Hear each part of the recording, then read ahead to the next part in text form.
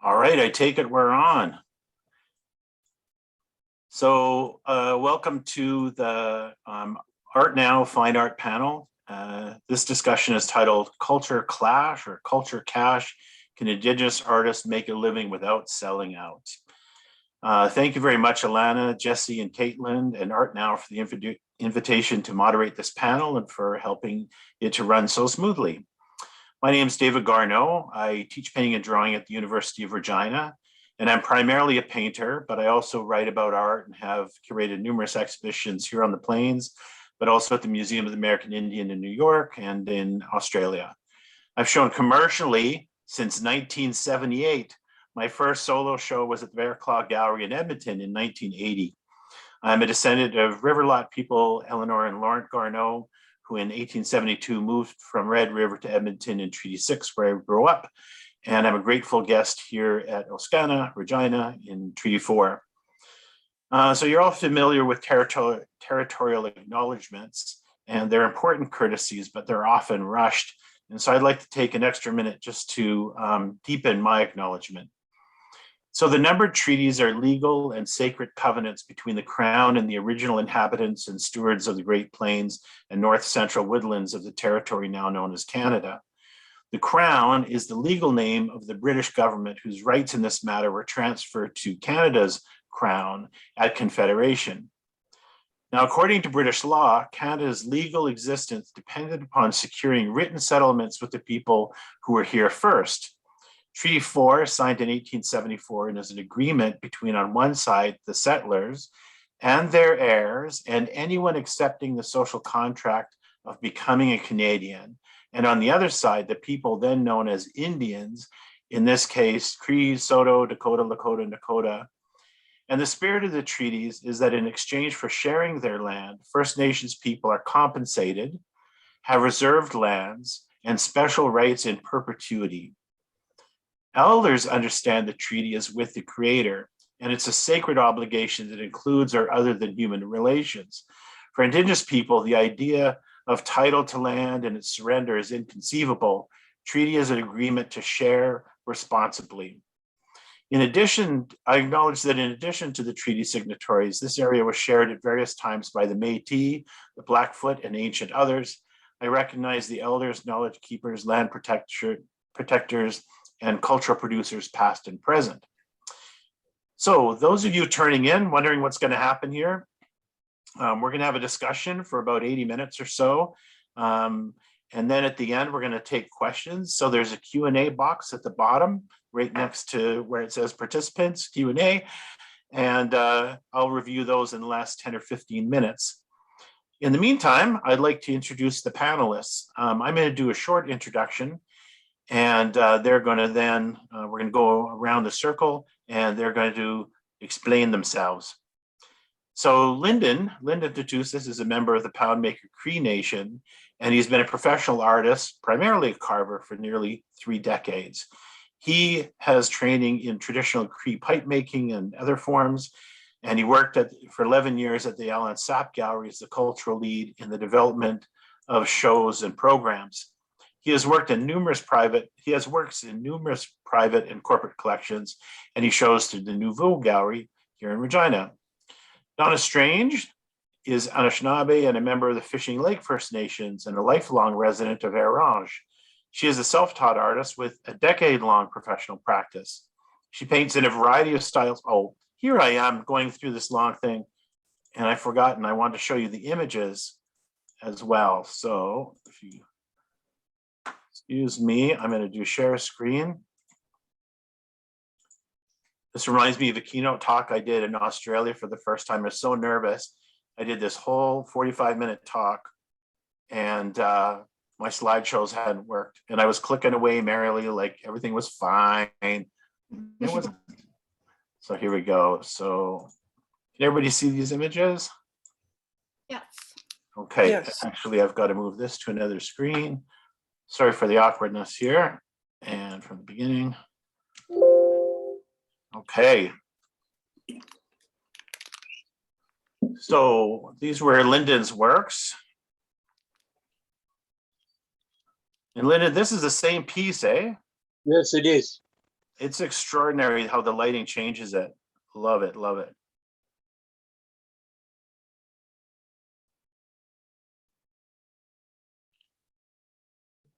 Okay, so Donna is a Anishinaabe and a member of the Fishing Lake First Nations, as I mentioned, from Orange.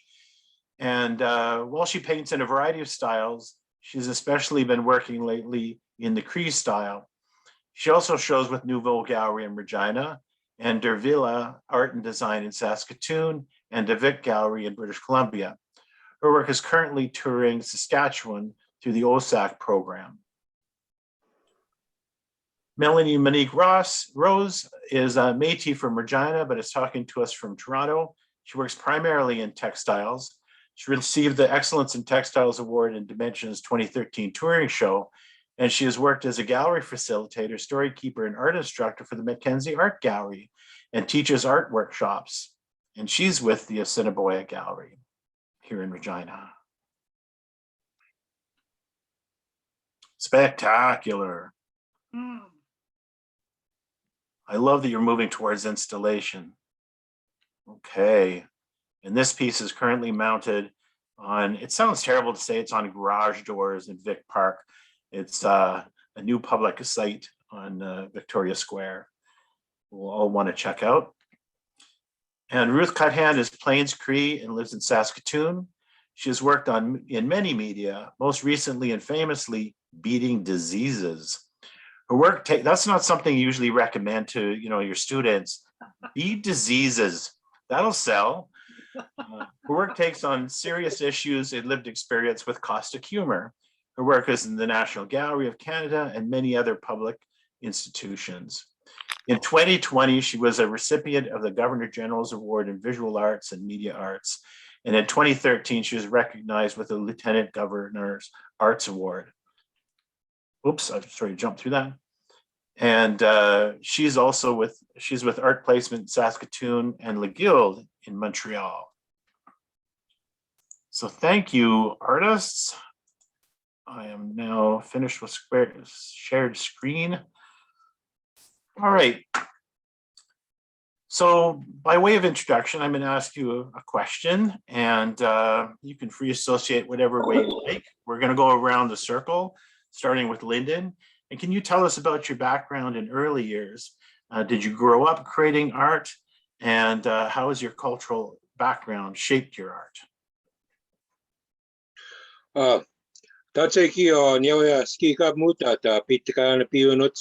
My name is Lyndon Tatusis.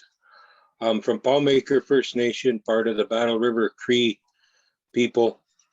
I'd like to acknowledge my ancestors who passed on to me the teachings that I share in my work. My primary teacher, I guess you would say, was my late father. When I was growing up, the first part of my life, my father, he was a minister in an Anglican church. And through the years, he suffered health setbacks. He had a stroke and he fell down and broke his leg. And he was in the hospital for an extended period of time, convalescing. And in that time, the church, they basically wrote him a letter telling him he was no longer any use to them. And, so he took that as a sign. And and back then, like this was in about 1968.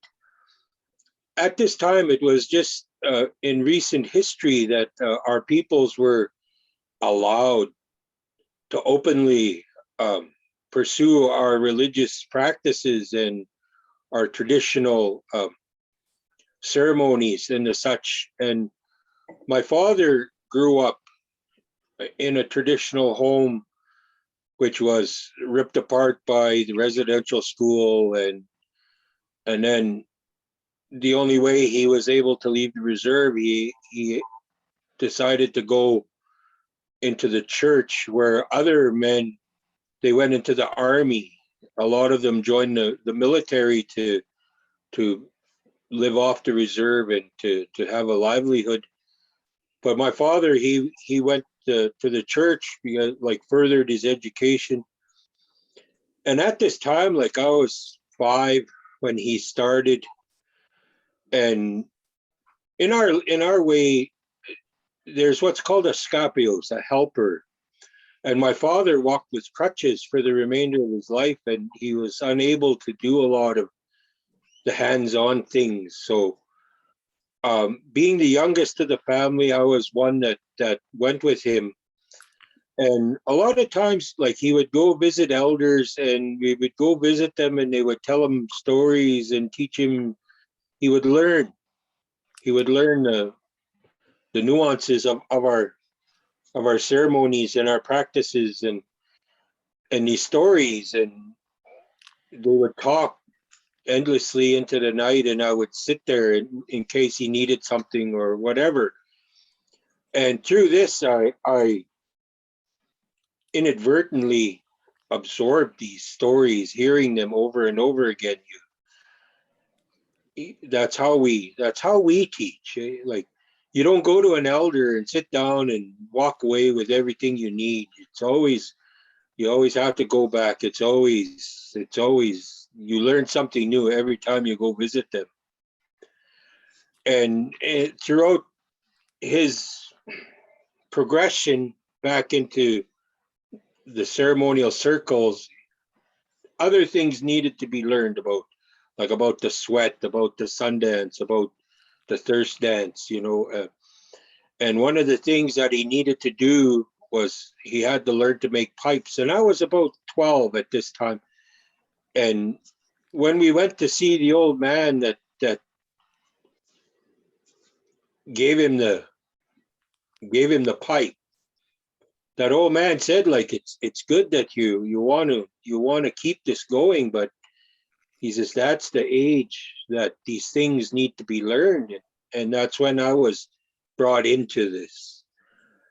And I learned the protocols and the necessities of proceeding to build pipes. And life went on. Shortly after that, I lost my mother in a impaired driving collision. She was in a vehicle that got struck by a drunk driver, and my life started crumbling. I blame my father for this because she left home to work. But over the years, I realized, like, she'd seen that I was able and capable of taking care of myself, and she went that way. She went to work. And not long after that, 4 years later, my father also got killed by an impaired driver, like within 2 miles of our house on the reserve on Palmaker. And from there, I started drinking, and I left everything. I tried to drown everything. Spent a lot of time in jail, spent a lot of time on the streets.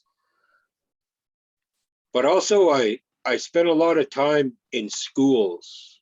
I went to university. I went to SAIT, in Southern Alberta Institute of Technology, power engineering. Actually, that's where I met Ruth, was at SIFC in Saskatoon, down on 20th, down in the hood, the end of the hood. Yeah. There, like, with my experience in jail and that's like, I knew how to do art, and I was always her lovely assistant because it gave me a little bit extra money. It wasn't until I went, like, in 92, I came back to North Battleford. I got into trouble again, and I was looking at heavy jail time. So I went across and I registered into the high school to get my grade 12. And the judge there, he gave me a chance to finish my education. He, like, over the years, like, when I got into trouble, I always got my courts taken back to North Battleford because it had a correctional center there. And I wasn't a violent criminal, I was a drunk.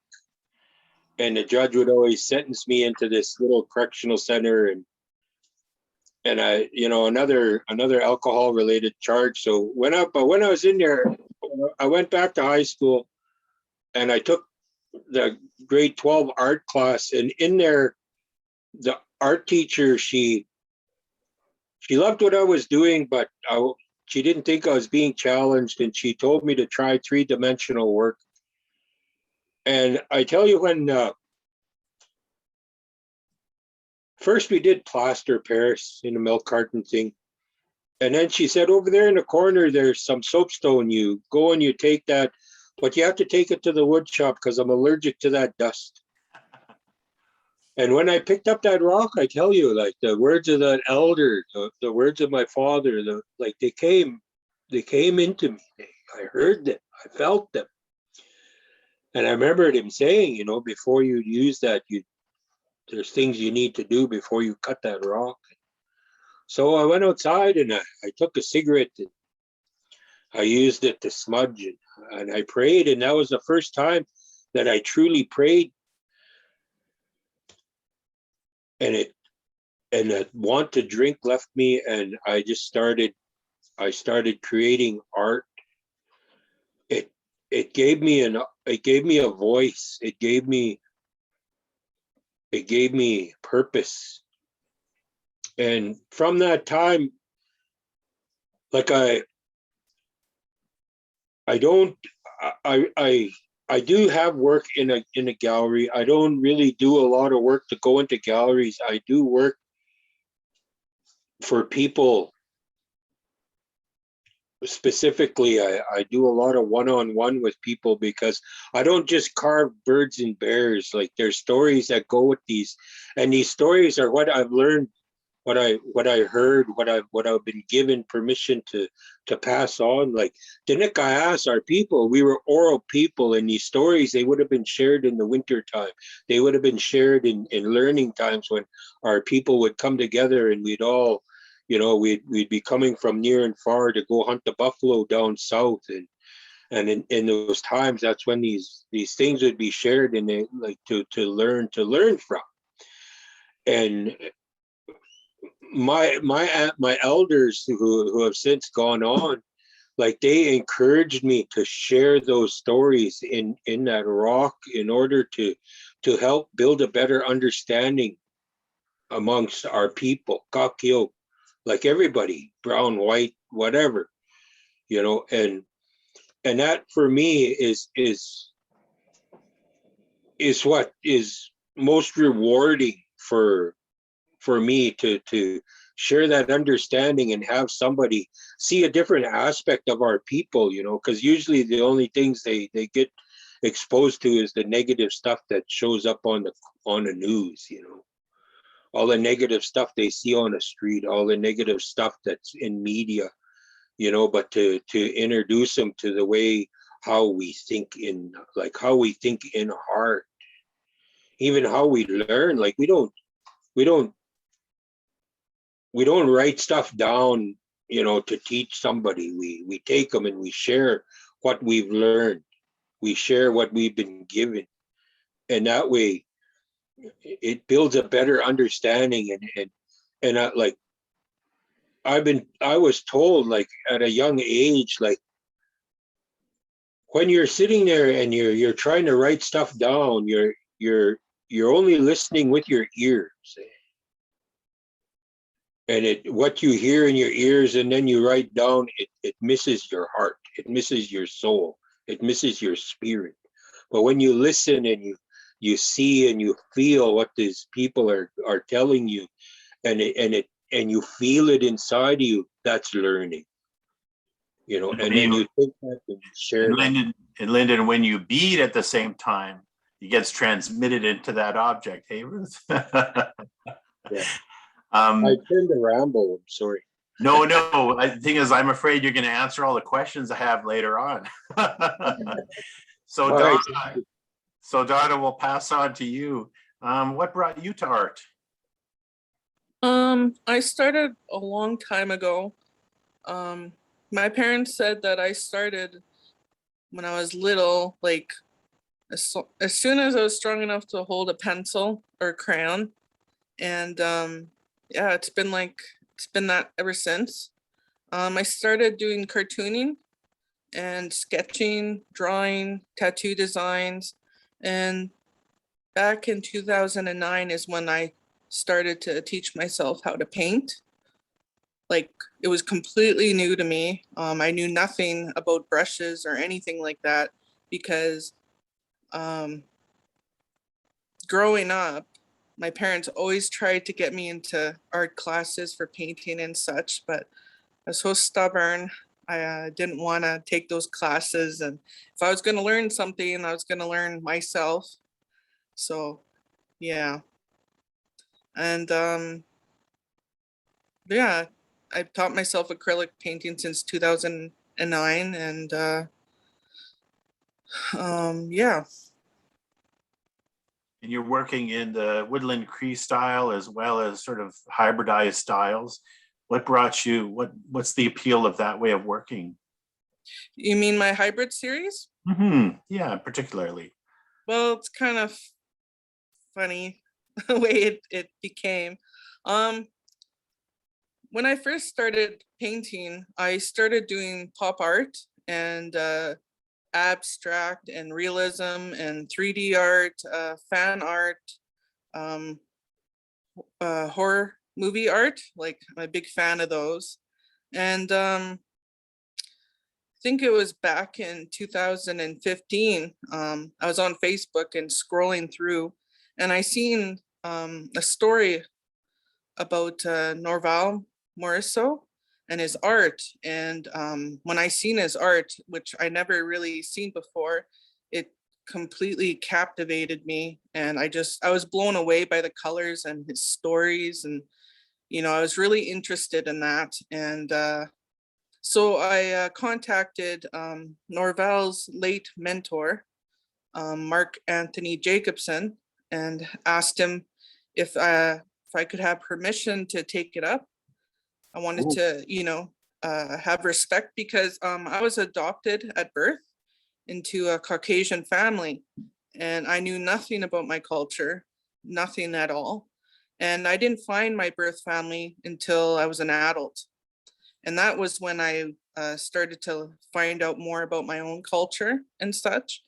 So yeah, I wanted to get permission from Mark Anthony Jacobson and the woodland community before I took it up. And he taught me a lot, and so did other woodland artists that are my friends, and they're very supportive. And so when I started getting into art galleries, all they wanted was my woodland art. And, you know, for me, they just wanted my woodland art. And, but for me, because I could do all different kinds of art forms and styles, I didn't want to be put into just that box. So I was thinking, I'm like, oh my God, like, I want to take a year off woodland and practice on my realism. And, and couldn't do that because they wanted more woodland. So I thought, well, why don't I put two and two together? Then they'll have to take it. Wow, So, wow. so I did half woodland style and half realism. And those were my hybrids, as I called them. And man, the people, when they seen them in the galleries and that, were completely blown away because it was something they've never seen before. And so I thought, yeah, why not collide them together? And, I want to show people what else I can do because, woodland isn't just what I can do. I can do so much more. And so colliding them together was a way to show them. So, yeah, a sneaky way to get them there. But it worked. I have a lot of questions I'll save for when we've gone through this round, definitely about working with the dealers. Melanie, what brought you to art? I come up from a family of makers. I'm Métis and Ukrainian, and so both sides of my family are quite the makers and creators. And nobody called that art though. So it wasn't, and I didn't really feel like I had permission to be an artist either from my family. They were like, go into sciences. They just, for example, my father's family were quite poor. My dad's father worked for the CP Rail, and they had like, I don't know what it was called, but it's kind of like a CP Rail ditch house, you know, like, so we just came from, you know, and then on my mom's side, farmers, just like not a lot, and they always just wanted more, better life for their children, and just were really like, that has to be education and sciences and all that. So that was pushed quite heavily on us and myself in education. But yeah, always maker. My sister and I, when we were young, we had a little jewelry business we called Contagious Love, and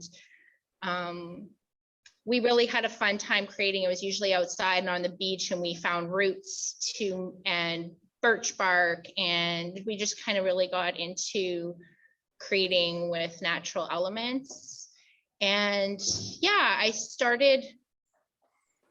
I learned how to knit, and then that kind of opened up this whole other realm for me. And I ended up going to Kootenai School of the Arts. It's an art school of art, craft, and design.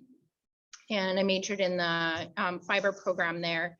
And I really felt all the instructors there were made for me. It's like, yes, this is super great. And outside of that, I was also really highly influenced. I made friends with an elder artist, and we spent a lot of time together. So just during that time, it was quite that affirmation, like, oh, I am an artist. I can be a maker. I can do this. So yeah, after that, I came to Regina, back to Regina from Nelson, BC, and just really kept on immersing myself within the arts. And community has been a big aspect of the work that I do. Whether it's like art installations, or I had a job in the service industry, like a lot of artists have other jobs. So I worked as a server for a really long time, and in the restaurant. And while I was there, we had a really great owner who let me do what I wanted. So I started engaging artists in the community young, because I was in my 20s, and I started curating art exhibitions, like thematic, and had music. So that was kind of, I've always really gone on a community. I want all my friends to be with me when I make art, I guess. Yeah. Wonderful. Thank you, Melanie. Mm-hmm. And Ruth, what brought you to where you are now? Yeah, it's a long, windy road with many ups and downs. As a child, I lived on Blood Reserve. My father was an Anglican minister. I'm Battle River Cree, like Lyndon, yay. And on Blood Reserve, there was Gerald Tailfeathers, who was actually, you would call him a cowboy artist. Charles Russell, Montana. He went to summer art camps with some of the great cowboy artists. And my father, well, as a minister, you visit a lot. And so as a child, I was like Lyndon, I'd tag along with him. And I remember we would go visit Gerald Tailfeathers, and he had a studio. And I remember sitting with my dad in the studio, and they're talking, and it's getting boring, and I'm looking around, and I'm looking at all his brushes and his oil paints and the smell of it. And I just remember that that hit such a chord within me that right then and there I decided when I grew up I was going to be an artist. There you go. Wow. I'm one of these old, well, now that I'm in my older years. I don't know how to put it anymore. But when I went to university at the University of Saskatchewan, I was one of the only Native students in their in the fine arts program. I remember there were 12 Indians on campus because we started our own little group, all 12 of us. And the art department just didn't know what to do with me. So they RTD'd me. Oh, no. So I went back when I was to university when I was 29, and I finished my BFA. And it was kind of, it was lonely. I had no support. I just knew I wanted to get the degree, and I'm kind of stubborn. So I just went through it, held my nose, got through it. And then I was lucky enough to get a couple of shows, and I was painting at the time. And then, you know, after a while, after years of it, I got tired of painting, and I felt like, I'm done painting. So I was in my MFA program at the U of S again, and one of my advisors told me to draw, and I said I can't draw, and she said, well, draw bad pictures. So I did. I think everybody knows. And then I realized that as an artist, I didn't have to do one thing. And that really freed me, because when you go to art school, you learn about, you know, becoming a master of the materials, you know, being a painter, so you can paint anything to, you know, and blah, blah, blah.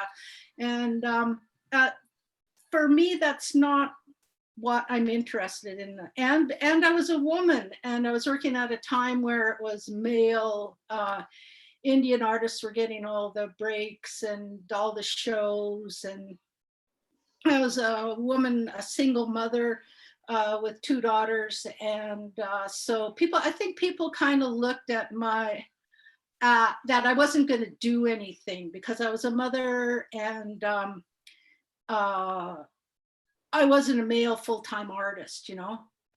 I just had to grab the time and whatever materials I could afford and do the work. And so I was, I remember I read an article somewhere that said that I didn't make art anymore. And that was about 1982 or no, 92. And I was just like, oh my God. So it's like, well, and I just kept chipping away at it, just kept making art. And then something weird and wonderful happened in the art world. Suddenly there was this, we're going to look at women artists that we've overlooked for a long time. And I happened to be one of them. And I happened to be beating diseases. I was quietly beating in my home. The first series was called the Trading Series, which is where diseases came from Europe. And then one went back, not Europe, the old world, because, oh, never mind. Anyway, and then a disease that went to the new world. And I started beating these, and next things there were like curators coming to my door. And I'm like, well, this is really strange, because this was like, you know, I'm going to make these and that'll be the end of my art career. I'm going to give it up. You know, it's an expensive hobby. And all of a sudden it was like, boom, my career exploded. And it's been crazy since then. The COVID has been extremely good to me. I've sold so much work throughout COVID. Art placement is great. They send my work all over the place. I've sold to Princeton, Chicago, different places. Like it's really strange in the US, it's universities that are purchasing. And it's still institutions, some private people. And Le Guild, they sold to, I can't remember the name of them, but it's a big collection. And yeah, so it's been really crazy. Wow. Yeah, one of the things I want to describe a little bit, I'm just going to take a minute, is the variety of art worlds. So Lyndon was talking about sort of the gift art world, where you're making things for friends and family, or sometimes community. I remember Keith Bird had this dream, and the staff came to him as a dream, and he built this staff. He didn't quite recognize what it was for. And an elder saw it and says, "Oh my God, I haven't seen this staff since I was a kid," and then took it because it belonged to the culture. And it wasn't a commodity, And so he was just that vehicle that it passed through to the next generation and whatever. And sometimes that happens. And then there's sort of I think of it as the Aboriginal art world, and that's objects that are made for the marketplace, mostly non-Indigenous people. My favorite example was in the mid-19th century, the Haida were making these pipes that were carved pipes, and this wonderful anthropologist did an exhibition when I was in grade 12 in Calgary called Carol Sheehan's her name, pipes that won't smoke and coal that won't burn. And so all the settlers and people trading with them wanted these pipes, but they're sacred pipes. So what they did is they built the pipe and they made copies of the pipe. They drilled a hole through the bowl and through the stem, but they didn't meet.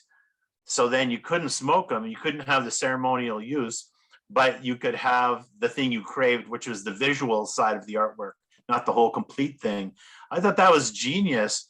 And I was in a collection in New Zealand, and the Maori did something similar, where they made these sort of trade objects. And so there's a lot of what we make that is for the non-Indigenous people. They're trade objects rather than just cultural objects. But that's also allowed us to express ourselves, to do things that are not traditional. So there's this huge range. And then there's the weird, like you're describing, Ruth, the weird art world, where your work will then get into collections, serious collections, and then curators have stewardship over them and use them, so they have an impact rather than just sitting in somebody's living room. They keep being used in new and different ways and inspire people. That's definitely what inspired me is going to see other artists and seeing their work in the museums, and can't believe that a real human being who's still alive made that thing, and you can go and shake their hands and steal their brushes. So I wanted to open that a little bit. So given that when we're showing in these places, our work's being mediated often by non-Indigenous people, though, as Ruth's mentioning, that's changing. The people who are doing this revival are mostly female Indigenous curators who just have exploded across the Canada and were finally being hired. They were working freelance for years and years, and finally being hired and having a huge impact. But how do you feel about showing in the more commercial galleries? Have you felt compromised or accepted? It's a useful medium. What are your thoughts? I can call names if you like. Lyndon, you've had good experiences, not so good experiences? No, I have my work in Regina at Nouveau because I know Megan, I knew her dad, and and he asked me to put my work down there, so I took it down there. I've had I won't mention names. I've had work in 3 other galleries in the province and also out on the coast, out of BC. And each time, well, in Saskatchewan, the 2 that I've dealt with, I put 3 in one and 4 in another, and both times pieces have gone missing. And they've compensated, like through their insurance, they compensated me for the work, but to me, it was like a backhanded compliment that somebody would go to the effort of stealing a piece of my work, stealing a 30-pound rock out of a gallery, which was, in the coast, I sent 7 pieces out, and they all went into the ether. I don't know whatever happened to them. Never heard back from them people. But dealing in galleries like that, for me, it's not something that, it's not trust issues or anything like that. It's I like the personal connections that I make with my collectors. Like, I have collectors who wait like 11 to 16 months.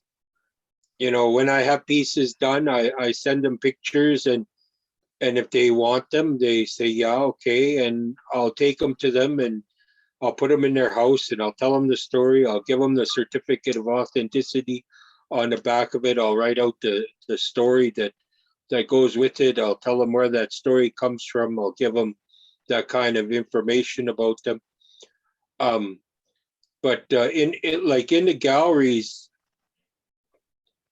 I'm not much of a people person. Like, when Megan would invite me down for openings and that, I'd go down there, and like, even just the smell of alcohol drives me crazy. Oh, okay. Right? Like, the smell of that, like that wine on the breath when they're talking to you. And you know how people are, like, the more inebriated they become, the closer they get and the louder they gotta talk. And you hear the same thing 4 or 5 times. And I'm a patient man, but I ain't no doctor, let's say.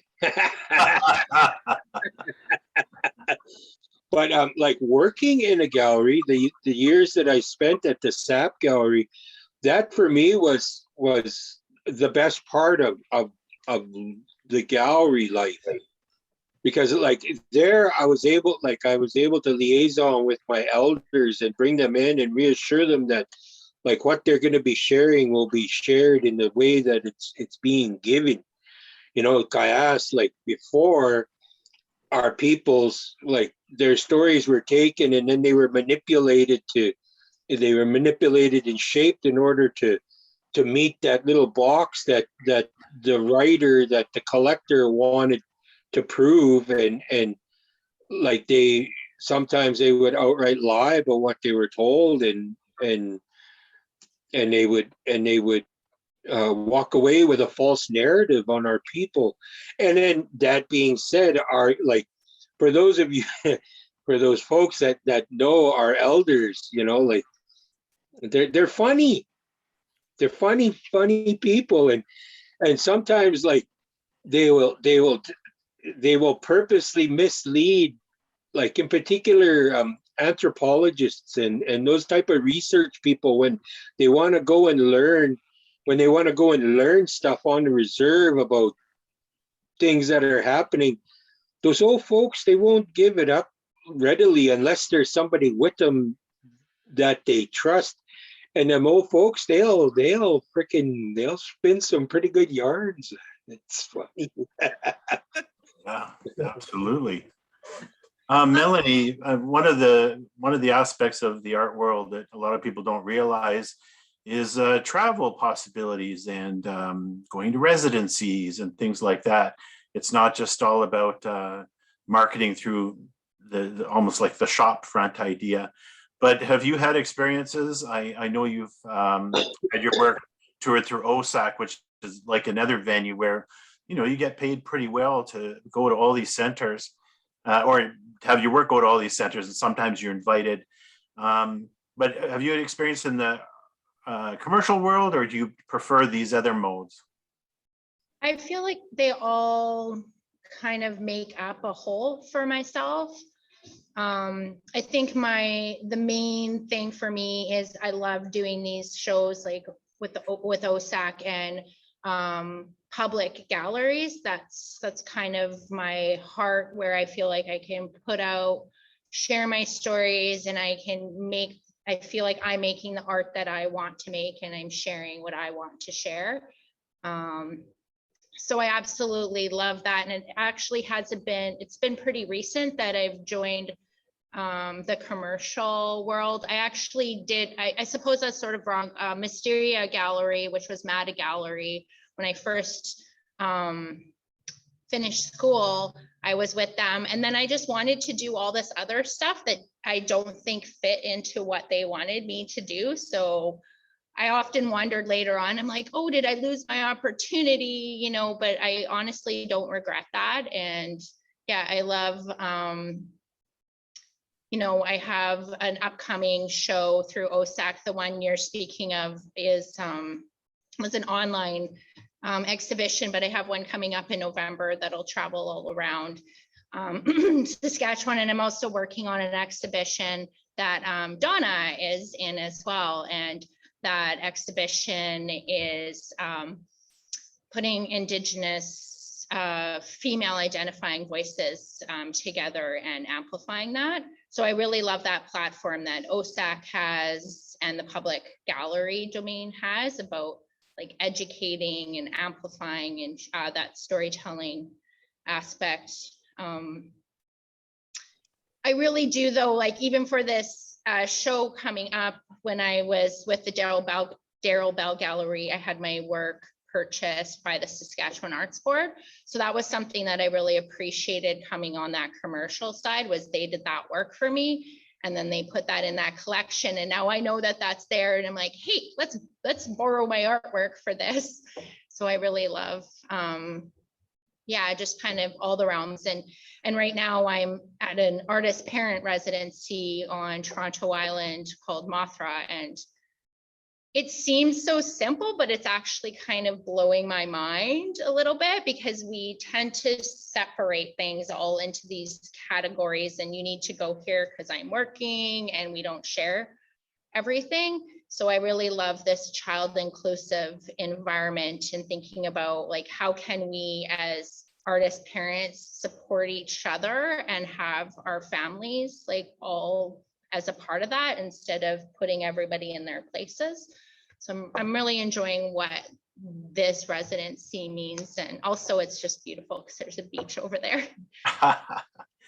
Well, the wonderful thing about public art exhibitions is that you're working with a curator who literally cares for your work, and they put the work within its own context and within larger context. If it's a group show, often they'll write about it or hire a writer. It's just a different level of care. With the commercial galleries, there's such a range. Some of them are shops, and they're still going to take 50% or 40% if you're really lucky. And then there are the galleries, like you say, Darrell Bell, you know, just passed recently, which is a real loss to this province. He did take care, and he had wonderful connections. And so there was a different kind of care. One of the problems of being in a commercial gallery or just selling your work generally is that if you're putting together a whole body of work and it's popular and it sells off, then often you don't get that big show that gets a reputation that goes in another direction, because there's a lot of curators who don't want to hunt down all those private sales and so on. It's sort of this weird catch-22. I have an artist that I taught, oh my God, more than a quarter century ago, who is probably one of the most high-selling Indigenous artists in Canada. You don't know his name because he sells everything he makes. And I don't think he's been certainly in any touring or solo shows, maybe a group show here and there. And he's an incredible artist. And but yeah, because he sells everything, he doesn't have a need in his mind for that other kind of career. Donna, you've taken another route. You're with a dealer, Melanie, I mean, you're with Assiniboia, but also you've had selling stuff online. Can you tell us about which one works best for you and why? To me? Sorry, Donna. Okay, yeah. Yeah. Oh, You, Donna. Yeah, Donna, you're with this. Oh no, I'm sorry. I was reading this wrong. You're showing through OSAC. What show is that that's traveling? Was that the hybrid one? no, that's the Common Truths. Okay, but you're also selling your work online. How's that been working out? Because you're in a remote location relative to the big cities. So Yes. how's that been working for you? Actually, that's how I began in the beginning. And I really rely on that because that's all I have. Like you said, I'm way up in the north, and I also suffer from agoraphobia. For those who don't know what that is, it's the fear of like leaving your home.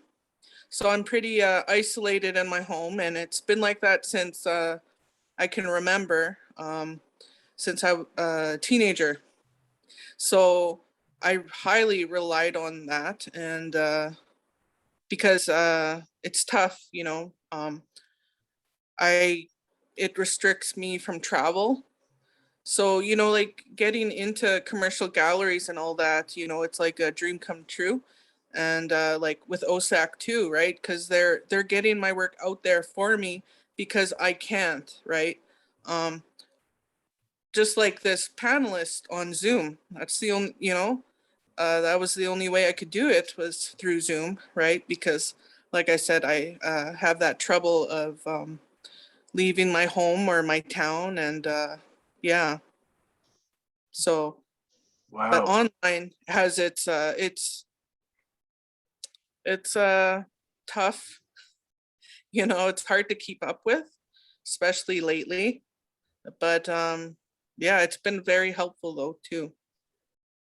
So I'm sorry, I had read your thing wrong. So you're with the Nouveau Gallery in Regina and the Davila Art and Design in Saskatoon and the Vic Gallery in BC.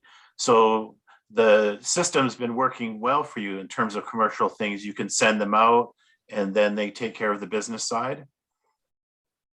Yeah, you know, it was a way for my art to get seen, and you know, people to experience and all that, because I'm, like I said, I'm unable to do that myself. I can't just go and pack up my art and, you know, go on the streets of Saskatoon and, you know, ooh, art for sale, you know. You know, there are So people who do that. I know, I wish I could, you know, I would be doing that. Yeah, yeah. But no, getting to those galleries, you know, it's like a dream come true. It's Excellent. really nice to have galleries like that that believe in you, even though you are self-taught, which I felt was a lot harder for me to get into art galleries because I don't have that degree or, you know, all that. So yeah. Well, I remember the first galleries that I was dealing with in Calgary didn't ask for my degree and they said they didn't care, but they were certainly looking for telltale traces to see if I knew the right artists or whatever. There's such a lot of codes you learn in those places. Mm-hmm. And online is a way of circumventing that and finding an audience that suits you and suits your work. So one of the reasons why we're on the panel is we're not just artists, but we're First Nations and Métis artists. And I'm wondering, do these niches or labels work for you or not work for you? Are you an Indigenous artist or are you an Indigenous artist, or sorry, Indigenous artist or Indigenous artist? What do you put the more emphasis on, the artist part or the Indigenous part? Yeah, Donna, maybe I'll start with you, even though we just talked, because I'm really thinking about your pieces about with the hybrid. You're giving us both. You're not just giving us the woodland Cree that is maybe a bit more palatable for some people, but you're showing off your skills as well, but also your hybridity. I mean, we're all bicultural people raised in all these, not just one culture, right? But how do you see? Would you prefer to be showing only an Indigenous context or mixed, or how do you see yourself in that way?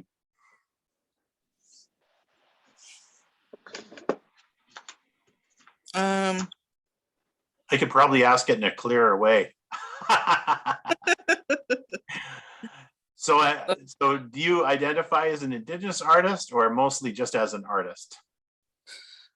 well, in the beginning, it wasn't just an artist, right? Because I didn't start my woodland until later on, 2015. But I would consider myself an Indigenous artist. I wear that with pride, but it's tough when you do have that label because, like I said, the galleries that I am with, they only want the woodland, right? And when I first started, pop art and abstract and realism and all that. That's in the beginning, that's when I met my ex-manager, and he said, you know, if you want to make a living and if you want to get out there and become successful, you're going to have to do what the people want you to do. Because for me, it was tough because they seen me, right, an Indigenous person. Well, you're an Indigenous person, you know, you got to do Indigenous art, right? That's what they want from you. And all the pop art and all that, they don't want that, right? So for me, I will never pick just one form or style. I want to do them all because I can do them all.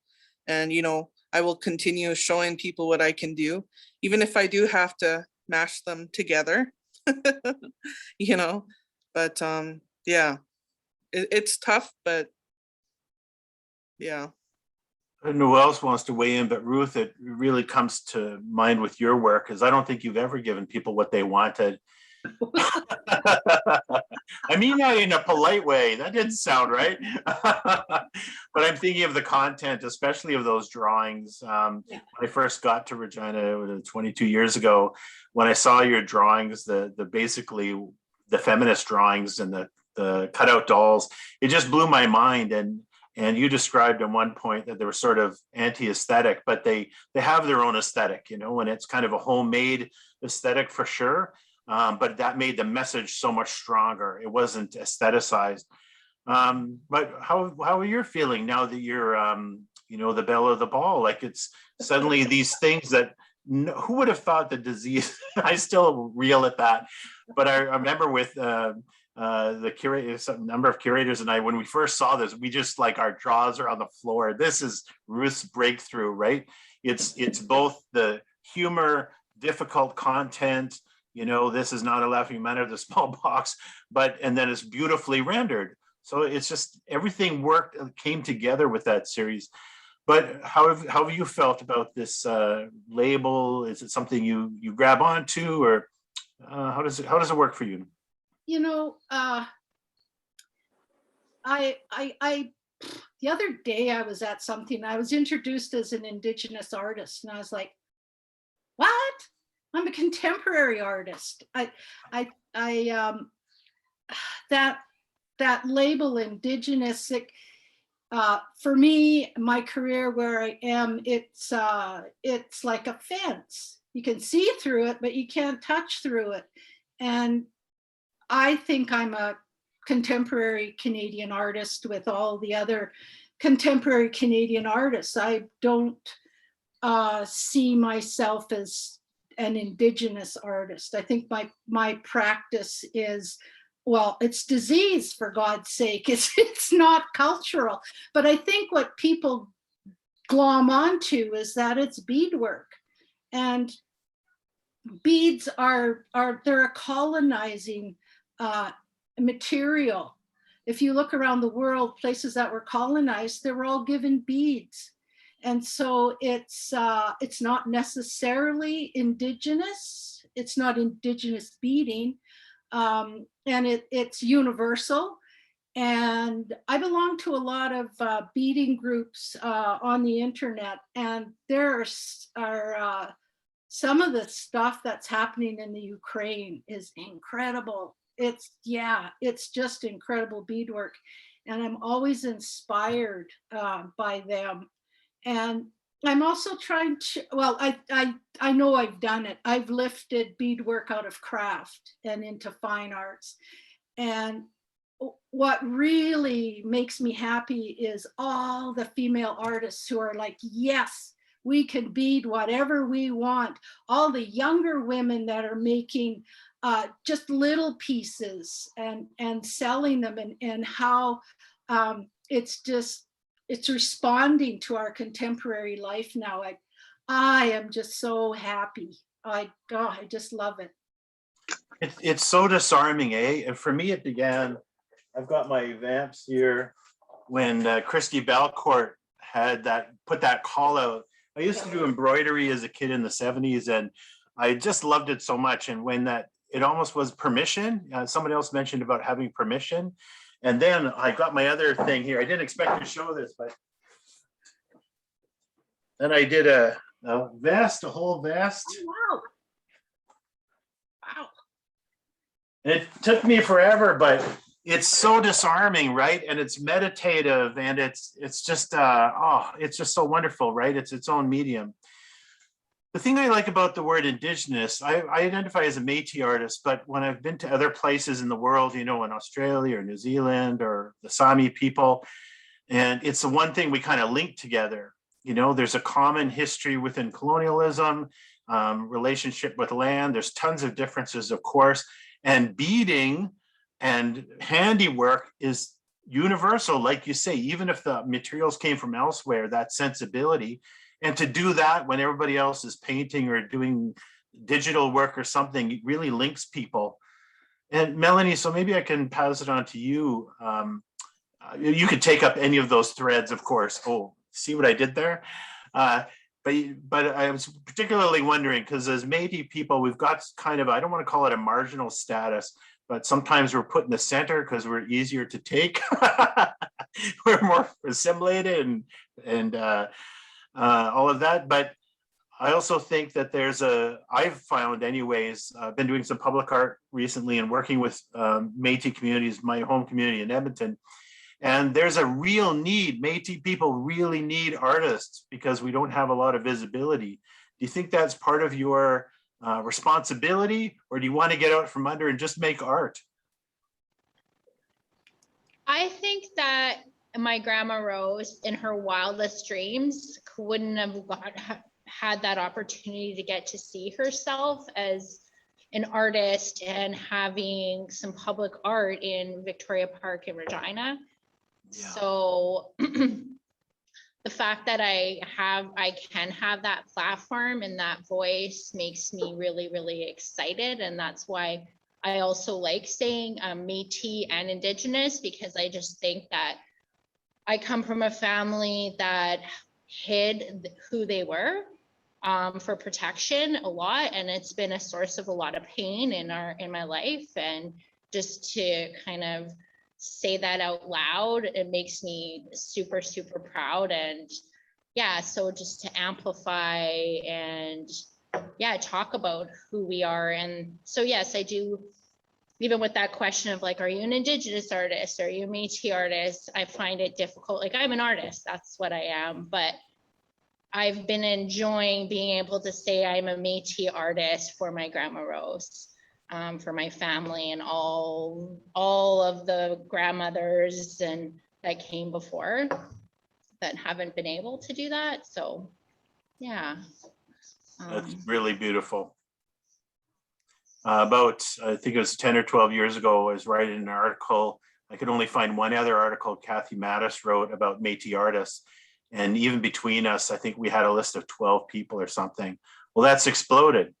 It's exploded not just because there's more Métis people declaring themselves, and that's an important part, but also Métis people who are trying to make something new and fresh, you know, but that is still moving the culture forward or toying with it.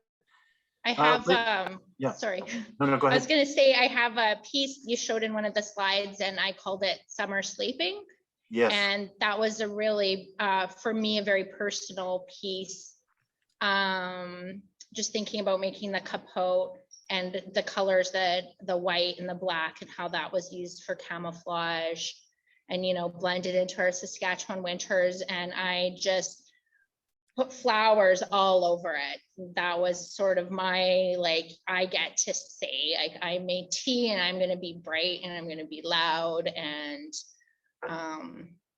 yeah, it makes me think of the, you know, my children will sleep for 100 years and it's the artists that wake them up. So that was kind of, yeah. Well, the way that quote goes is, we'll sleep for 100 years.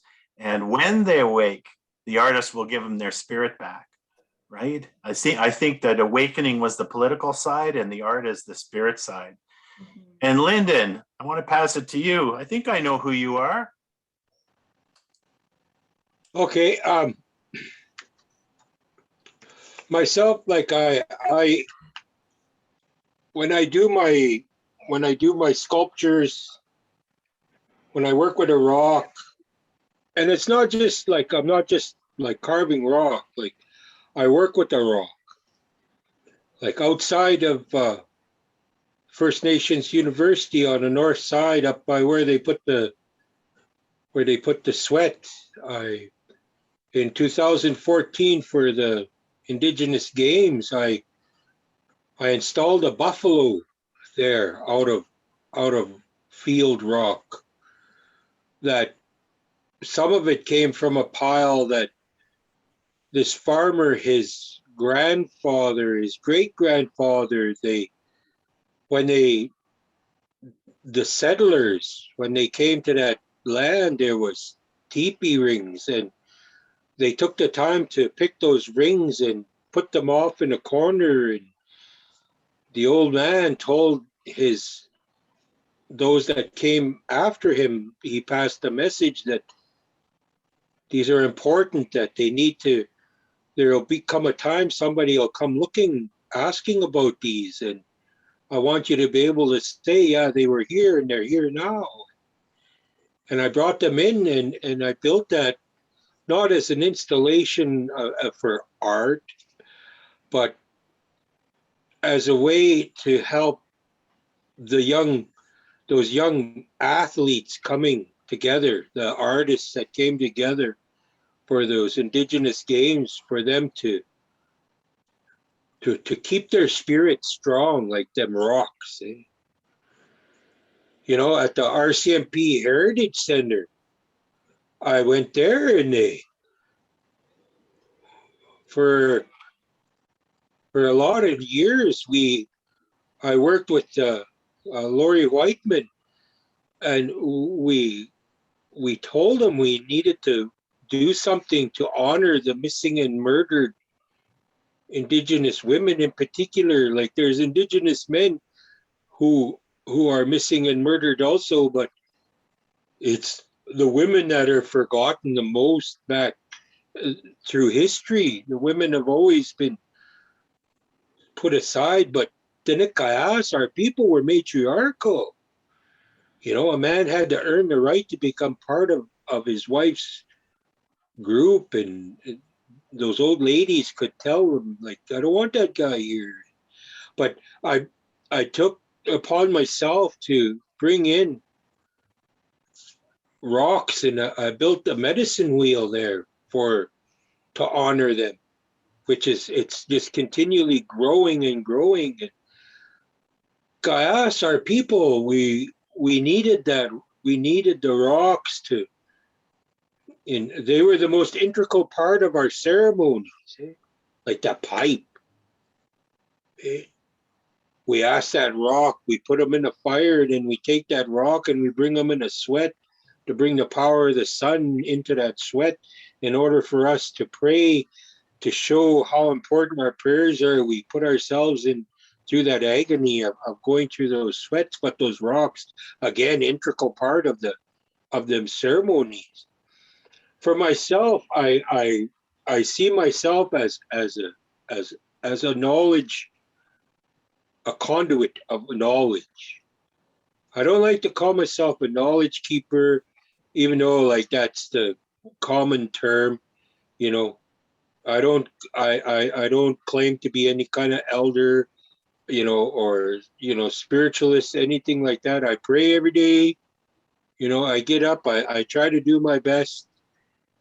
When I create my pieces, you know, sometimes like sometimes, you know, I'll do pieces that are really, like, the stories behind them just make people literally weep when I show them and tell them the stories. And you know, I'll tell them those stories, and they'll say, "Okay, what's the name of this?" And I'll tell them, I call this one transmission for my '88 Chevy. You know, again, there's that humor that misses some people. Are you But comfortable? I recognize myself as like as an Indigenous artist. Okay.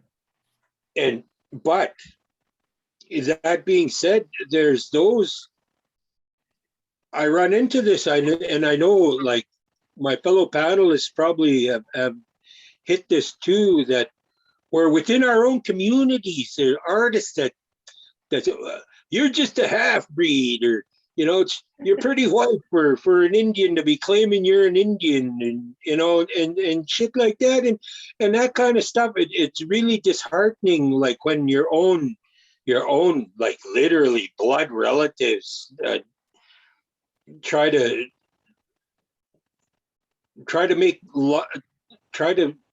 put you down. There's no support from them, and you're trying your hardest to put forth your best the way you were taught, like you put forth your best, and that's the only thing you can do. But and then you get these negative creeps in the background, like literally trying to hamstring you. Yeah, I just shake it off. I got big shoulders, and it, for me, I used to get quite angry about that, but now I let it go, because that's part of who we are. It's part of how you have to be. You gotta maintain the positive energies. And that's something that those elders instilled in me too. Like you maintain the positive aspects of everything. There's always both sides, but if you try and encourage that positive, it'll help with the negative. Thank you very much, Lyndon. Yeah, I find that's among the most difficult things, and I think it goes back to what Ruth was saying. When you're a contemporary artist, not everybody knows about that contemporary art world, and so the work can be illegible to them, right? Yeah. It takes some kind of seeing it. But I think what's happening lately is more of that Indigenous work is getting out there, and it's building new audiences. And when you see it in especially these public galleries, and the pride that community members have when they see some part of themselves reflected, even if it isn't in a traditional way, it's quite powerful. So I'm hoping that's changing, but I really think that's the biggest thing. I was talking with, I'll call him an elder and a Métis elder in a chat like this a few months back. And I had said something like, our communities don't know our artists, like don't know our own art history. And he said, no. Okay, it's Christy Belcour's dad who was on that line. And, and I said, okay, tell me 3 contemporary Métis artists that is not your daughter. But that's the thing, is it's a big change that's happening right now. But I also think it's interesting because under that word art, you're allowed to make those teepee rings as sort of a sacred object, but not quite. It is, it's on Indigenous land with the First Nations University, for instance. It really shifts things around in very interesting ways. Where in Christy Belcourt is bringing those vamps around, they change the art galleries. Their whole protocols change from place to place. I think there's some really interesting mixing going on there. So we're getting close to the end. I don't see any questions in the Q&A box, but I see that there's some good artists out on the attendees list, like Karina Wolf from Saskatoon and now living in Italy. And there might be some others. If you want to get a question, get in now. Otherwise, I'm going to go around and actually not in a circle. People can respond as they want. Does anybody want to add, especially on the commercial front? We've heard a bit of disappointments from Lyndon, some positive things from Ruth and others. Is there something you want either collectors or dealers to know about how to work with Indigenous art, your art? Anybody want to weigh in with that part? Donna, you gave me. I do. All right. What ought do they know? I want them to know, like the little guys like me that are self-taught, give us a chance. Yeah. Give us a chance. What's the barrier for you? What's the barrier for you? What do you mean? So what do you want to see happen? Like the chances, like the OSAC show, I have to say, I got an OSAC show. It just changed my life.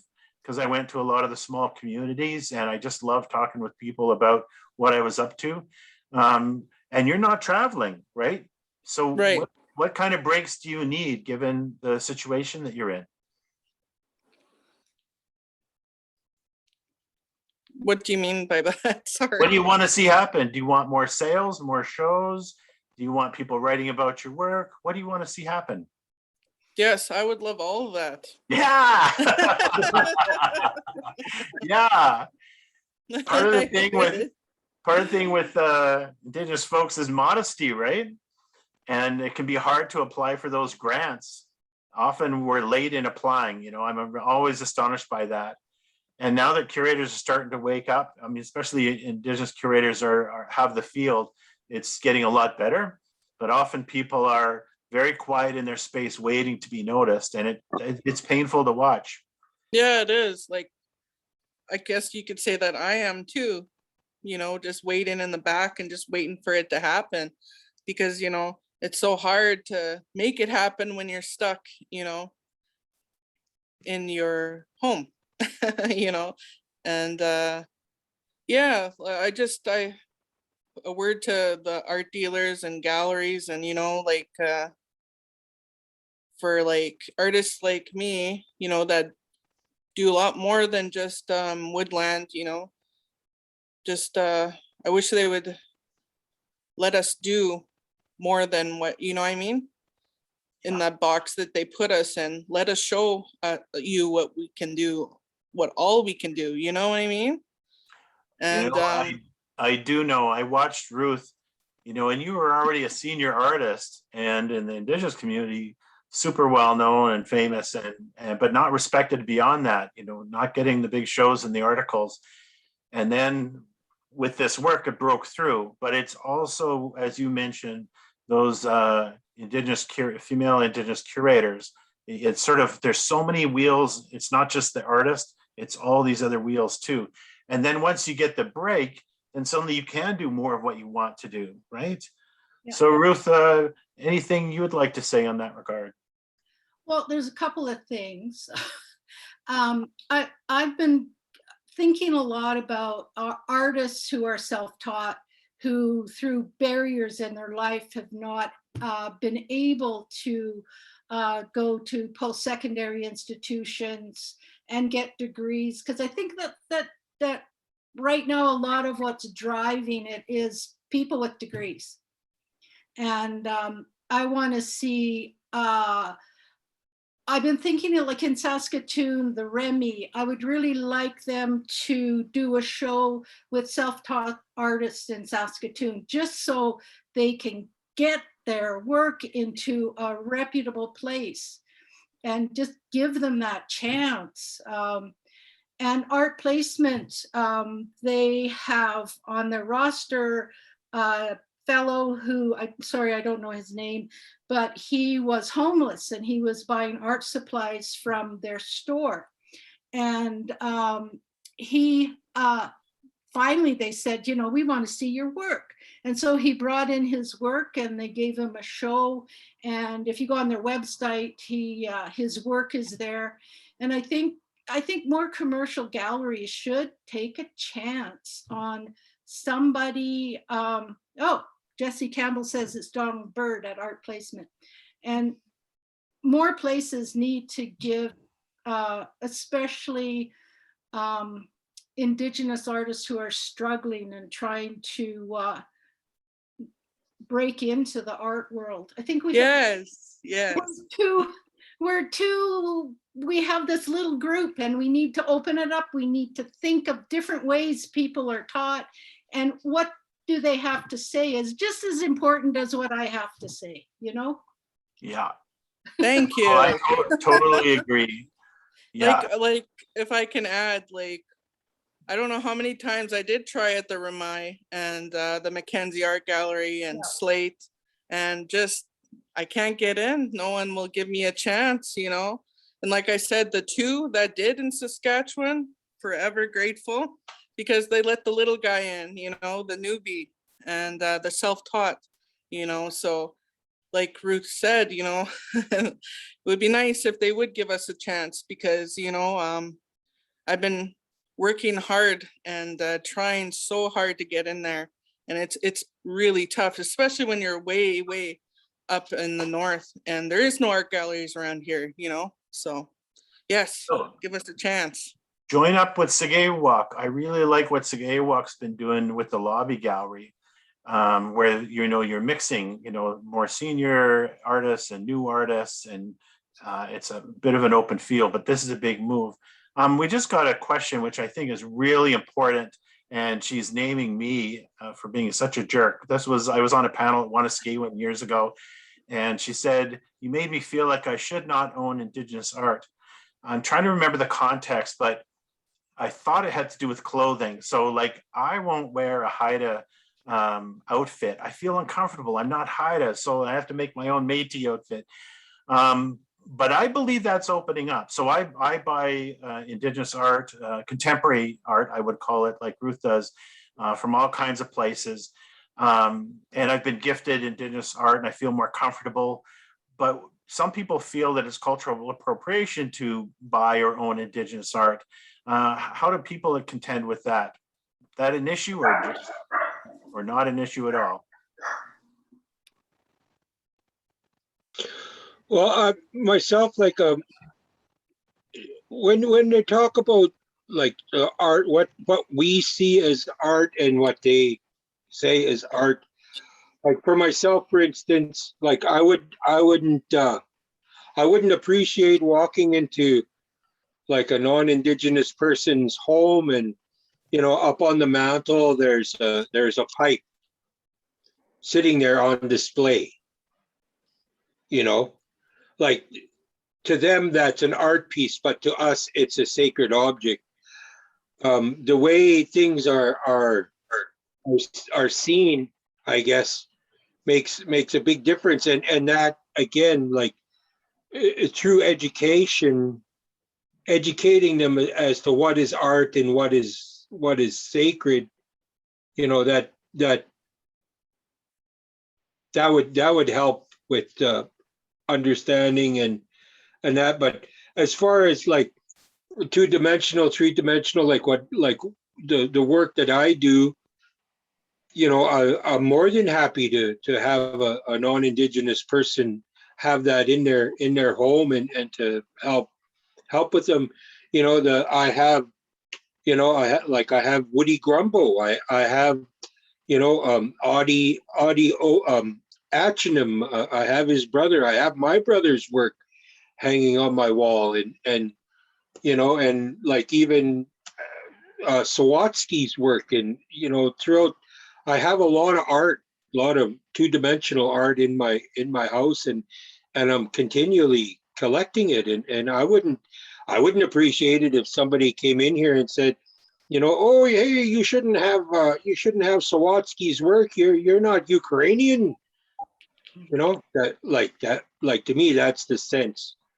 But I heard three things today, though. One from you, Linda, and that was how you went to the place the piece was going to reside, and you told the story and left an artifact so they could recall the story. And then Donna, I heard you getting permission from Woodland Cree people to make this work.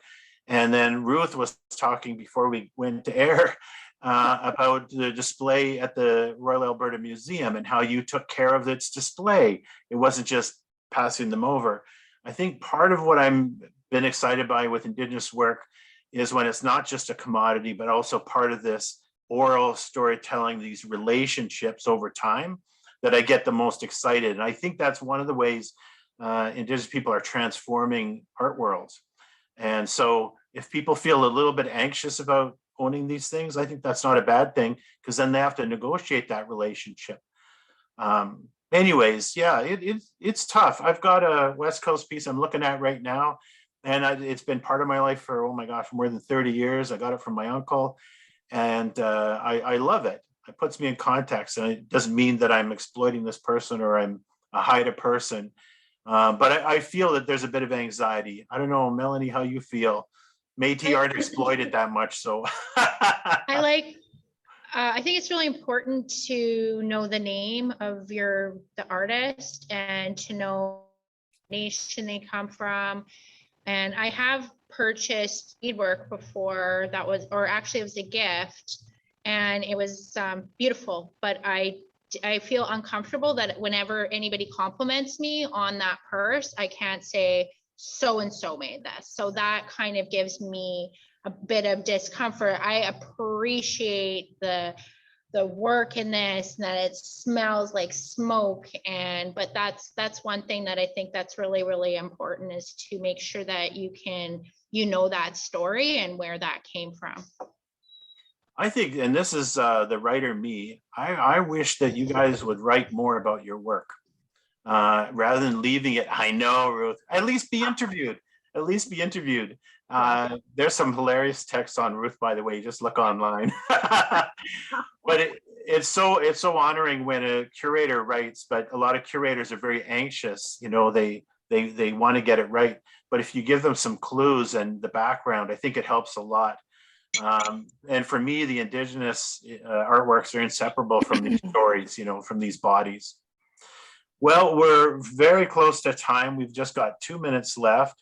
The last question that I had here was from, I won't name the names here in case they didn't give me permission, but this person asked, how do you navigate a client or fundraisers asking for changes or things that make your work look more Indigenous? I get that a lot, and it's hard to deal with.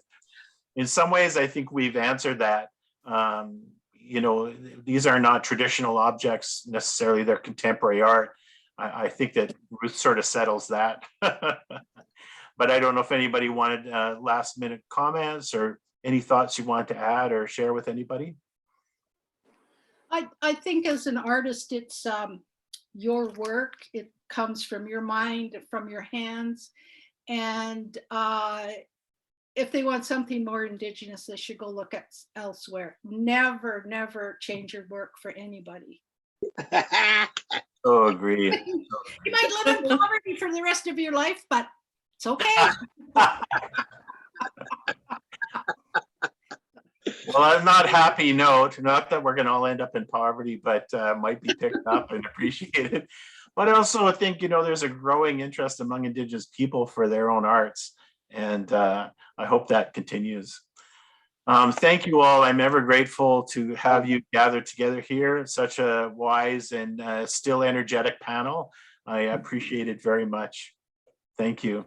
Okay, and if anyone's around Saskatoon on Tuesday at 11 o'clock, at the Snellgrove Gallery on U of S campus, we will be unveiling the final step of the 13 steps that I did for an artist in residency there. Awesome. Anybody else have a plug? I have a new public art that's going to open on 20th and Avenue B sometime in October. Just coming up. Oh, that's something to look forward to. Yeah. Donna, you got anything new going up on your site? Just a lot of new work, and just FYI, the hybrids are for sale at Dervilla and Saskatoon during the Art Now, and a whole bunch of different kinds of new works too. So enjoy. Thank you, Donna. Melanie? Yeah, the OSAC showcase is coming up. So I have the Flower People solo exhibition that's going to be showcased there, as well as the exhibition I was speaking of, 7 or typical, that's that I am curating, and Donna is one of the 7 Indigenous women in the exhibition. So that's something that I'm really excited about. And also the best thing was getting to know Donna or getting to know you and the other artists as well. Yeah, so wonderful. Likewise. All right, everybody. Keep well, keep happy, and we'll see you again. Thank you. Bye. Thank you. Bye. Thanks, everyone. Bye, everyone.